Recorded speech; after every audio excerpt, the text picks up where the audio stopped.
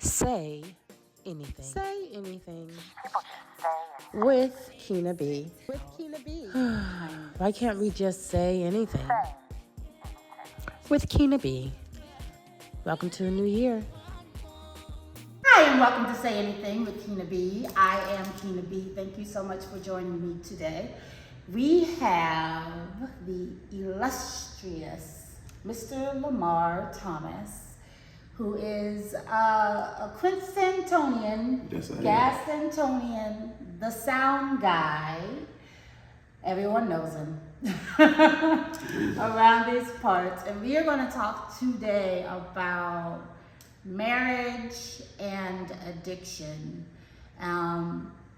the journey that one can go through and overcoming. So thank you for joining us today. Remember to like, subscribe, and share if you've gotten this far. And welcome, Mr. Lamar Thomas. Welcome, Keena. Thank you. Did I say it right? Yeah. Thank you for being here. Yeah. I would not have missed this for the world. So we talked about this a while ago and sort of kind of had, slipped. But I wanted to make sure we got back to this. So here we are. Thank you. All right. I appreciate it. He reminded me, for the record, because I had forgotten. Yeah. But we have to get this down because we never know who you can inspire. Right. By telling and sharing. And that is my word, inspire. That's why a lot of my outreach, what I call them, inspiration, inspire, inspiration, impart, anywhere in the key word, root word, that be inspire. Mm-hmm. The way I look at that is the light bulb coming on. So often you get that bing, I got it, oh yeah. And it just depends on where you are when you get that influence, when you get that inspiration. Mm-hmm. So how long have you been in the Gadsden area? This is home. Mm-hmm. I was born right down there off of Clark Street. Lived down there with my mom for years. Elementary school, high school here, the whole 9 yards. I am what you said, that Quinstonian. Yeah, that I am the epitome of that. I pretty much grew up in the old projects, Gadsden Arms, and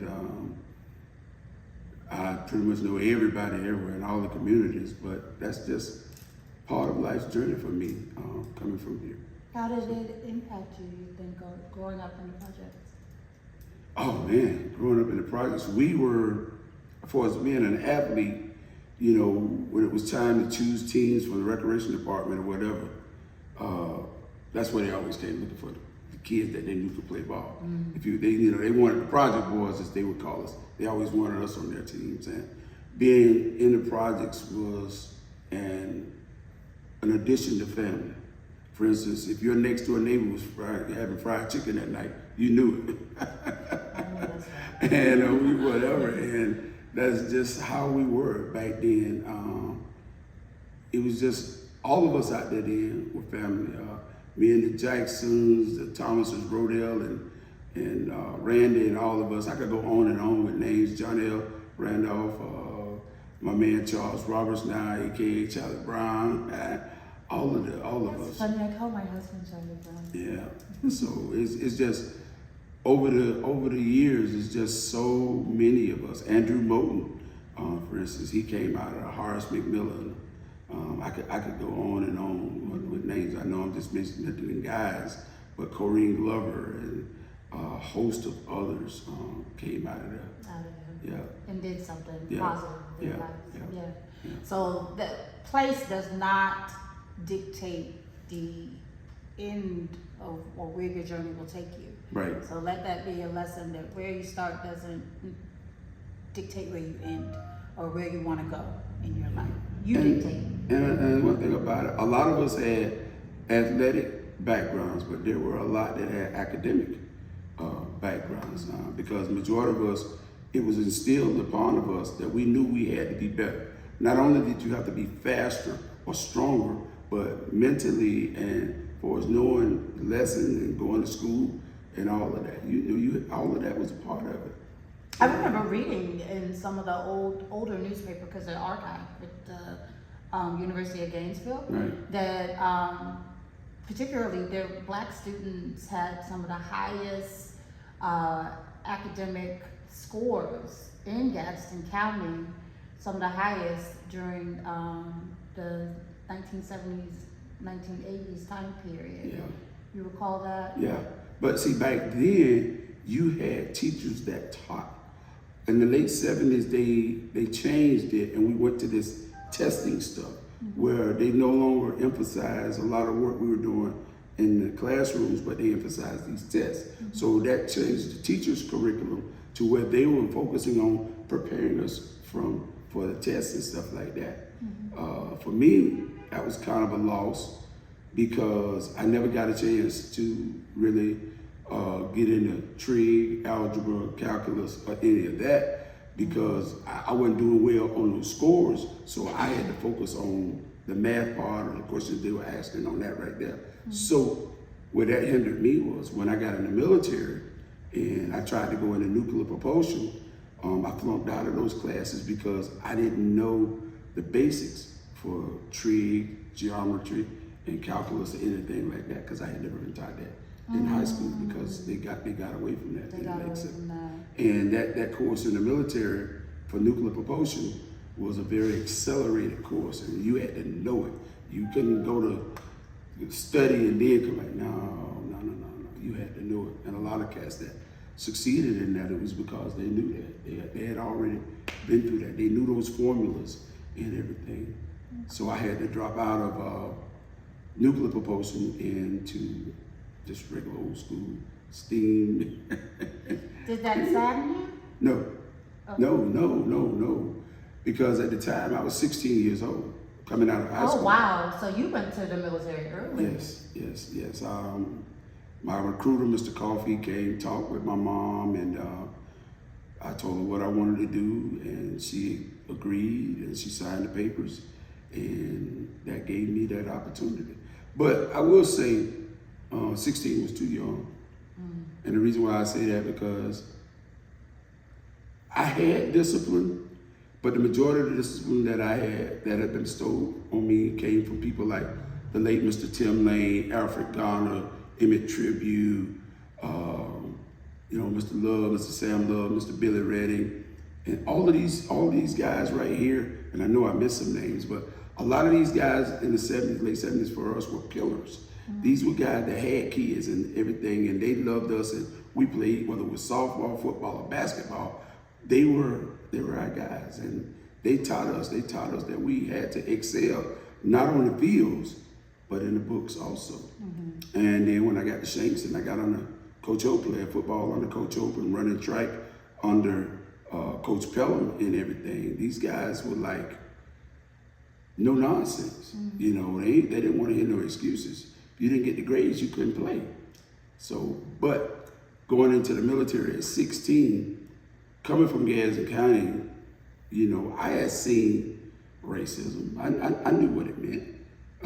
For instance, here, we knew to stay on this outside of 90, and, at a certain time, not to be on this side of 90, and all of that. That's another podcast right there. But it is. I've heard some stuff about that. But once I got in, and the N-word became such a powerful narrative in day-to-day life being in the Navy. I was stationed on board the USS John F. Kennedy, which is an aircraft carrier. When we're underway and the air wing is on board, you're talking about over 5,000 people. And I worked in hydraulics, and I excelled. I think I was like a 18-year-old E5, which is almost unheard of in that man's Navy. But, there was a lot of scrutiny about being my race and dealing with things like that, because you figure it was probably 95% Caucasian, and the rest was either Filipino, African American, American Indian, whichever names you want to use, but all of us was maybe the other 5%. And the thing about the Navy for me was the seeing the world part. I did get a chance to see the world. I went to England, got a chance to see England, all over Europe, Naples, Italy, Malta, Spain, I went through the Suez Canal twice. So I went to the Indian Ocean. We got a chance to go over there. Went to Mombasa, Kenya. Went to Perth, Australia. Saw all of that right there. Was there a particular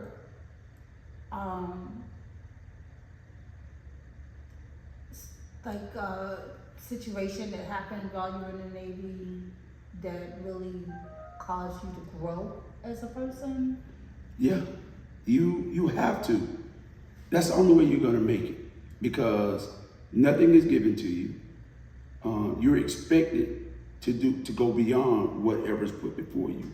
And knowing the climb that I had coming out of Gadsden County, knowing how I did not want to come back here and did not succeed, that drove me. But there was some things happened that I did not know how to deal with, and I didn't deal with it properly. And it was just some things happened that I did not like, and I did not tell the truth about what happened, because the other person that was involved would have gotten in trouble also, and I didn't tell it. And so when I went before the captain, I wanted it to end, so I basically just told the captain, "You can send me home. You can send me back to Quincy, Florida." And I never forget that. You internalized it. Yeah. Yeah. And I never forget it. He hit that podium and he said, "By God, son, with all your accomplishments and everything you've already accomplished, if you're ready to give up on my Navy, I'll do everything in my power possible to send you back home." Oh, and wow. yeah.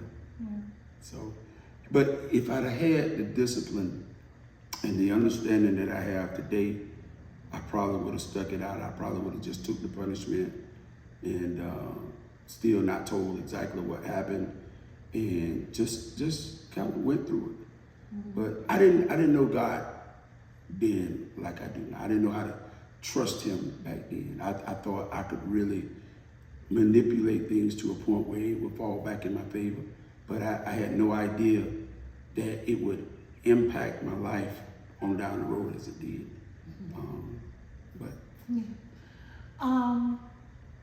So after the Navy, when did you get married? After the Navy. Oh, okay. How old were you? What was I, 18, 19, somewhere. Wow, you So were I came young. home. I came home in '84. I got out in '84. I came straight home.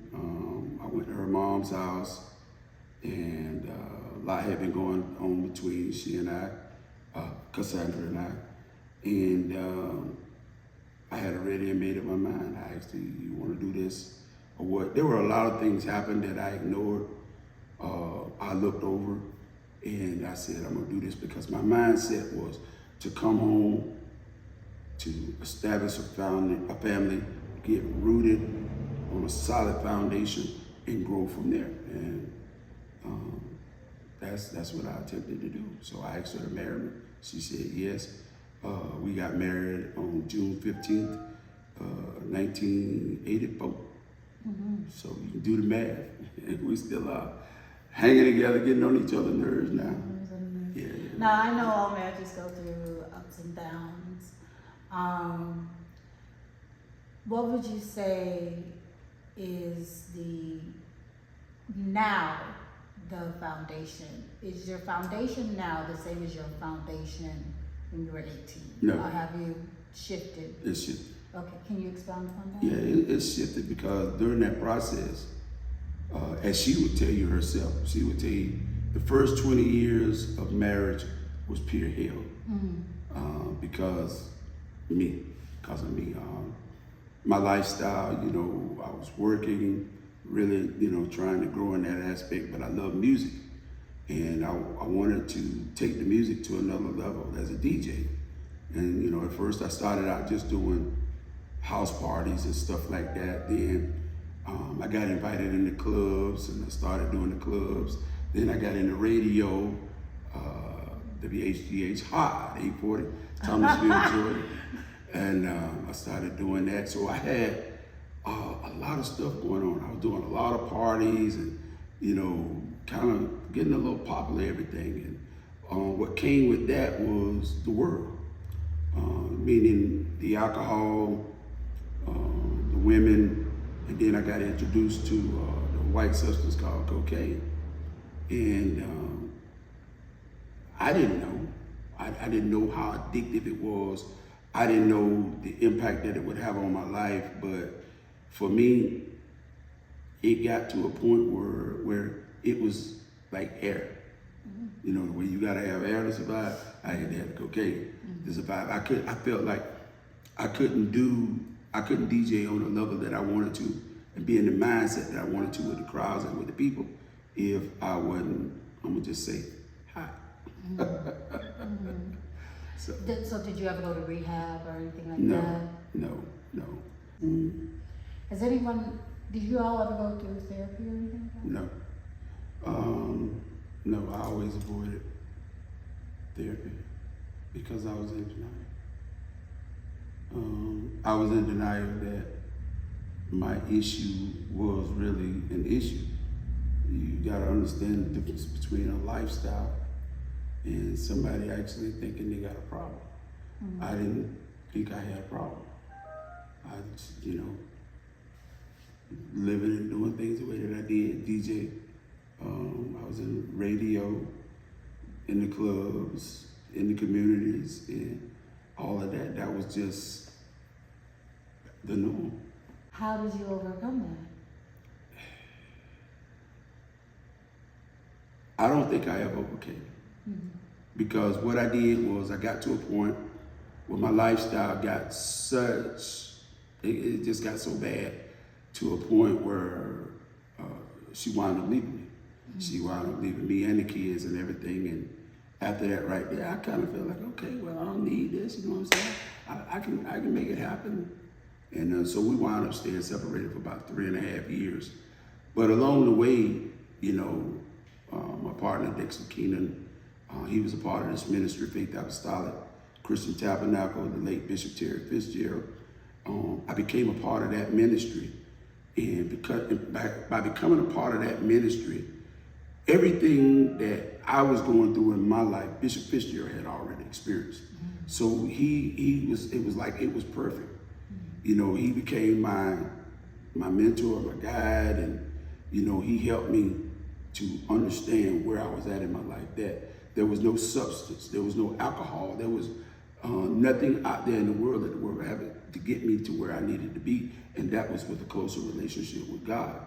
And that's eventually what happened. I rededicated my life to Christ, baptized again and everything, and just stayed in that ministry with him. And he gave me a lot of assignments to do. He took me under his wing and everything. And I think that's one of the core things for anyone that's trying to turn their lives around. If you don't have a good support system, people that believe in you, and you're not gonna make it. You can't do it by yourself. We were not created to be alone. We were created for each other. I mean, the Creator, he knew exactly what he was doing. In the beginning, he said, it's not good for man to be alone. So he created Eve for Adam. So, yeah. How were you able to rectify your marriage? Oh, that's a good one. Because, and I don't fault her for any of this. She was done with me. Between the alcohol, the women, the cocaine, it was a lot. And anybody that knows me know I'm a very, very, very direct person. And I get in a lot of trouble sometimes with this voice of mine, with the raspy sound, and the way I can be so direct that she got to a point where she told me she was afraid of me. And so I knew that the only thing that I could do was let go and let God. So instead of me trying to put my hands on the clay and mold the clay, I let go and I let God. And I was working for Waste Management at the time, driving a garbage truck. And then I got a promotion from driving to route manager and all of that right there. But I know that was God. That was favor from God, in everything that I was going through. And I just kept believing that he would give me my family back. And one day I was getting off of work. She called me, told me to come pick her up. I went, picked her up. We went to my mom's house because at the time we didn't have anywhere to stay. went to my mom's house, eventually got us another house and everything. And So she just forgave you. We never talked about it like that, Kina, as if we were forgiven. But I think she just decided to go along with me on the journey that I was with Christ. Because she eventually got baptized herself. We were both big supporters of the ministry and everything we did. And, we supported Bishop Fitzgerald and his wife, Pastor Brenda Fitzgerald, who's now the pastor of the ministry now. And we still, to this very day, support the ministry and do everything we can to keep the ministry moving forward. So we give honor to God. Amen. He brought you all full circle back together. So your foundation, when you first got started, was more so rooted in what you wanted versus the second time around, it is rooted on God's foundation. Well, if I can, I coming from Gadsden County, if you don't have confidence in yourself, because there's a stigma out there on us that we slow, we country, we this and we that, we can't excel. And it was always my goal, my desire to show them that they were wrong about us, to excel. There are so many. My very good friend, Willie Jackson, he excelled. Major Jackson, a lot of us here call him. But there are so many others that knew we had the same ideas, we had the same goals, that we knew we had to have confidence. And I said, I'm not gonna have no confidence if you ain't got no confidence in yourself.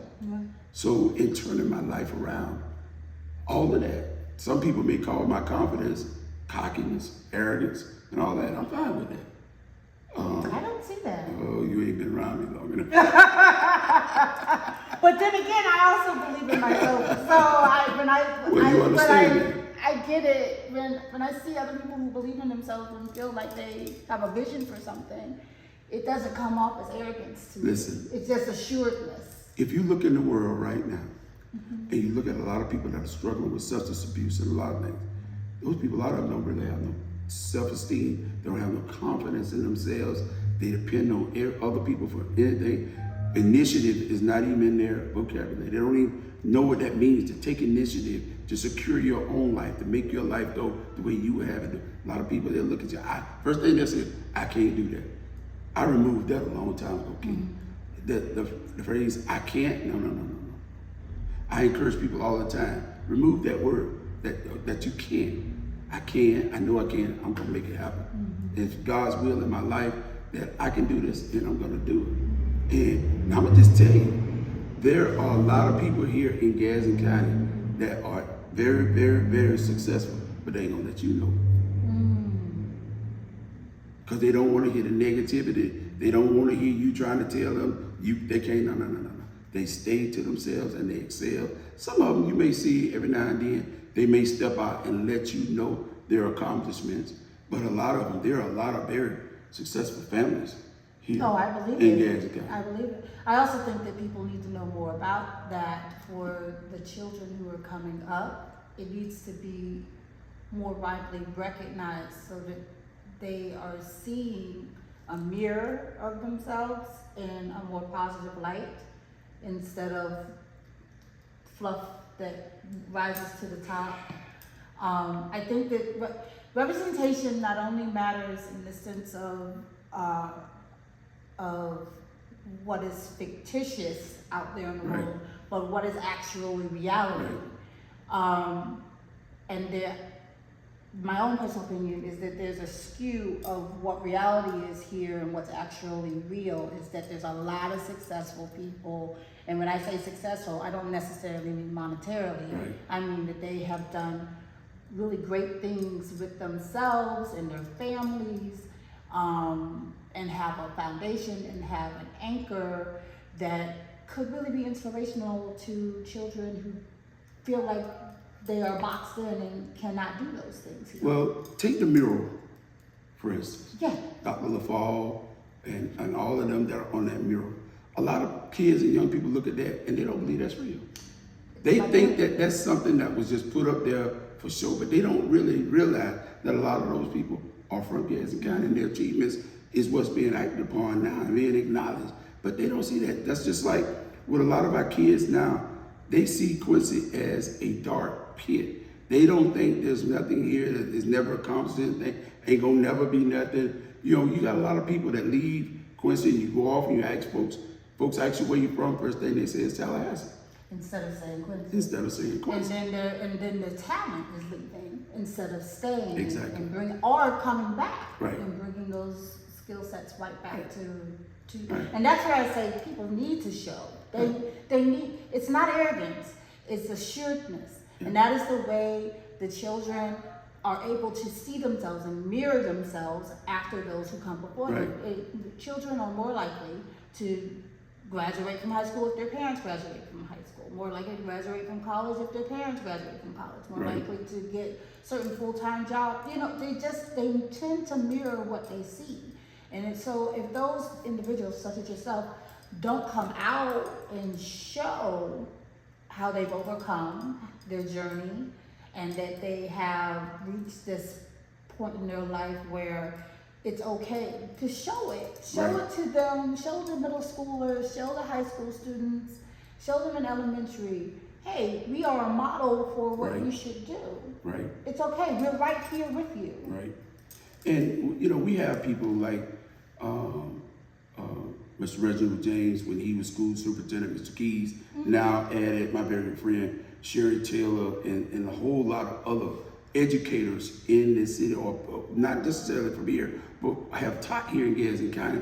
They knew this, and they know that a couple of years ago when they were doing this big testing thing, I remember we went around to all of the schools and we acknowledged the elementary schools because they said Gadsden County, all the schools were F schools and everything. And we rallied behind that effort, what was being said, and we brought it up. And a lot of kids, you know, they bought into it and they excelled and everything. And we went around to the various schools acknowledging their accomplishments and everything. There are a lot of people here in Gadsden County, educators, that still feel the same way. They're literally trying to reach down in a lot of these kids' throats and pull it out and let them know that, hey, you can be successful. Now, right here. But then we do know that there are challenges because there are a lot of single parent families over here, and it's hard. It's tough. So that's why when we were told years ago that it takes a village, you know, to raise this community the way that we have done. And unfortunately now, you know, some people are buying in and some people are not. But there are those of us that are still on the battlefield, still trying to do things to encourage people to let's work hard, let's work together, to come together and continue to do things that are going to be positive here in Gadsden County. But what I focus on now is my outreach in the various communities. I've done projects in St. Hebron. You know, my favorite spot is still in front of the Quincy Liquor Store. I've done projects out in Sawdust. We do a lot of stuff up in Chattahoochee, where my ministry is at, the old Chattahoochee High School. Pastor Brennan, Faith Apostolic Christian Tabernacle. We still do a lot of things, and matter of fact, we're excited now about doing even more. Because when you really look at the state of our community as a whole, it should make you want to do more. I think a lot of people sit down on the cause because they may not agree with this person. They may not agree with that person. They don't like this person's opinion, that opinion. But the narrative at the end of the day is Gadsden County, we have to do better. We can do better, and we will do better. And are doing. Yeah. Present tense. Yeah. Yeah. Yeah. Okay. Yeah. Is there anything in particular you would like to share with the audience, maybe about T2K audio? T2K Audio Video Productions. That's a combination of Dexter Keenan and I, and you talked about addictions earlier. You're talking about two brothers that are addicted to sound, music, and most important, God's people. We love the opportunity that we get, especially me when it comes to family reunions, class reunions, and stuff like that.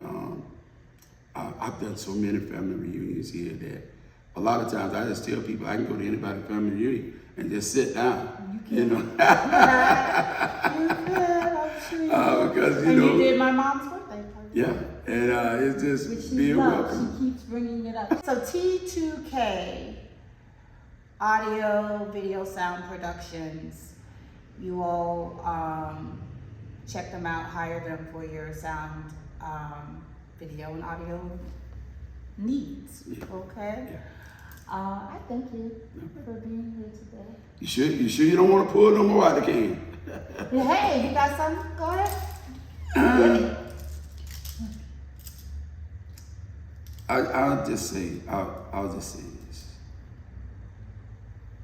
I'm 63 years old now, and along this journey, I made a lot of mistakes, and I'm still making mistakes. But I will say, if it had not been for the manifestations of God, that is what keeps me going. There are so many things where I know I messed up. I know I messed up. But on the other side of it, he still blesses me. There are so many times when I did things that I know I should not have done, things I said I knew I should not, but God still blessed me.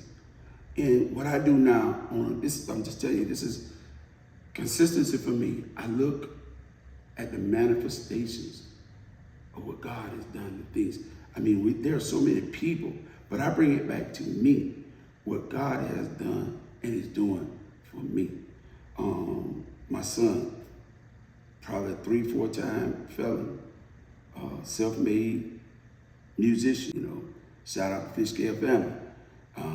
But to see him excel and do what he's doing now, I know it's the prayers of the righteous.